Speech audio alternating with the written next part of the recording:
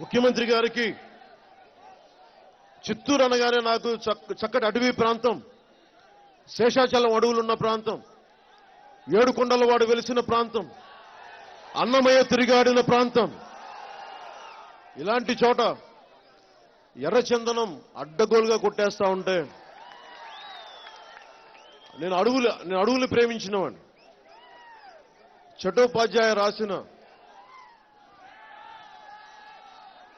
వనవాసి పుస్తకం చదివి ప్రభావితమైన వాడిని చిన్నప్పుడు. అడవులు మనకి ఆక్సిజన్ ఇస్తాయి, అవి మన ఊపిరితిత్తులు. అలాంటిది ముఖ్యంగా ఎర్రచందనాన్ని అడ్డగోలుగా స్మగ్లర్లు కొట్టేస్తున్నారు. దాన్ని ఆపలేకపోతున్నామంటే రాజకీయ నేతలకు తెలియకుండా అడ్డగోలుగా ఎర్రచందనం కొట్టేస్తున్నారా మన అడవుల్లో? ఒకళ్ళకి తెలియదా? సరే, కొట్టేశారు. కొట్టేసిన ఎర్రచందనంతో ముఖ్యమంత్రి గారు నేను అమ్మేసి అమరావతి కట్టేయచ్చన్నారు. ఆ ఎర్రచందనం ఒకటి పుచ్చిపోతా ఉంది. ఎవరన్నా కొందామని వస్తా ఉంటే వాళ్ళని లోకల్ మాఫియా వాళ్ళు బెదిరించి మీరు కొనటానికి లేదని చెప్పి రేటు కూడా పడిపోయేలా చేశారు.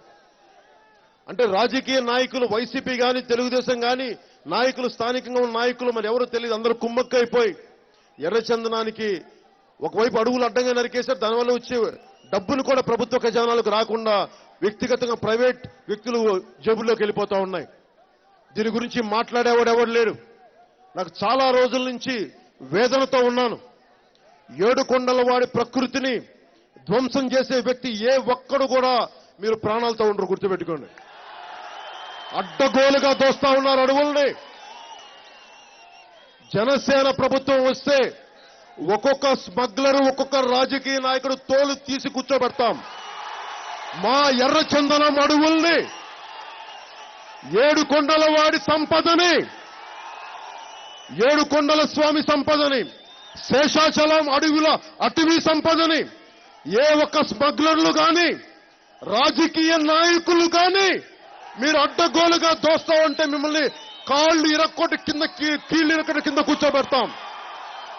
మా సంపద, ప్రజల సంపద, రాయలసీమ సంపద, ఆంధ్రప్రదేశ్ సంపద మర్చిపోకండి. మీరు చేసే ఒక్కొక్క తప్పుడు పనిని మేము లెక్క పెడతా ఉన్నాం, ప్రజలు లెక్క పెడుతున్నారు.